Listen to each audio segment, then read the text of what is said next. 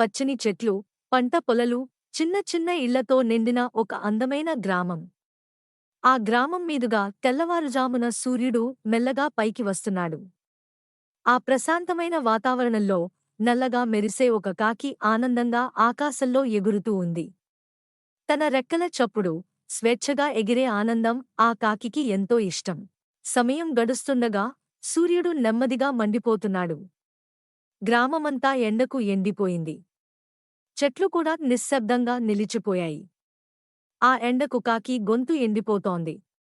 ఒక చుక్క నీరు దొరికితే ఎంత బాగుండేది అని మనసులో అనుకుంది. దాహంతో అలసిపోయిన కాకి గ్రామం మొత్తం తిరగడం మొదలుపెట్టింది. చెరువుల దగ్గరికి వెళ్ళింది. కాని అక్కడ నీరు లేదు. నదీ వైపు చూసింది. అక్కడ కూడా ఎండిపోయిన ఇసుక మాత్రమే. పొలాల మధ్యలో తిరిగినా ఒక్క నీటి చుక్క కూడా కనిపించలేదు. కాకి నిరాశతో తల వంచింది. ఇలా అయితే నేను ఎలా బ్రతుకుతాను అని కాకి బాధపడింది. రెక్కలు అలసిపోయాయి, కళ్లలో నీరసం కనిపించింది. అయినా ఆ కాకి తన ఆశను పూర్తిగా కోల్పోలేదు.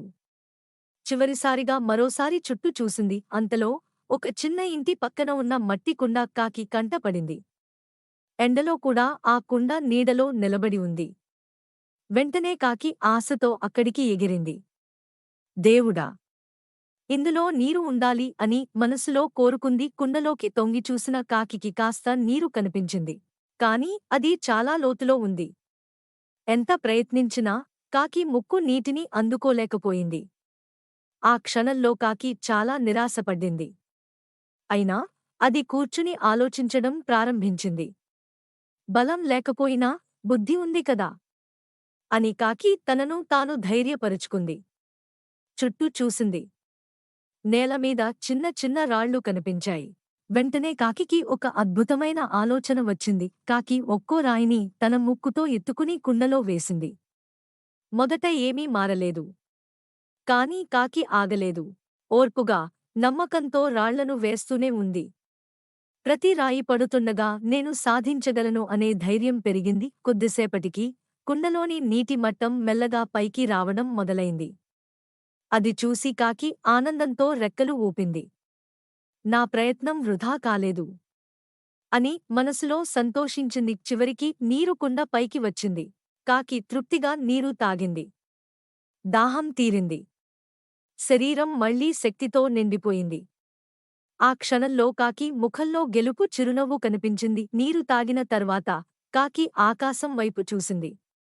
ప్రయత్నం చేస్తే ఏ సమస్య అయినా పరిష్కారం దొరుకుతుంది అని తెలుసుకుంది.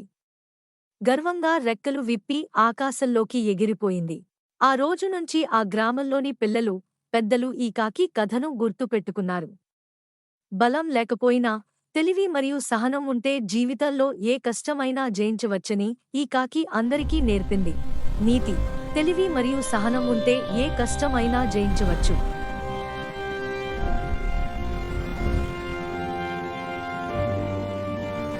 One hot summer day, the sun burned fiercely, and the crow felt very thirsty while searching for water.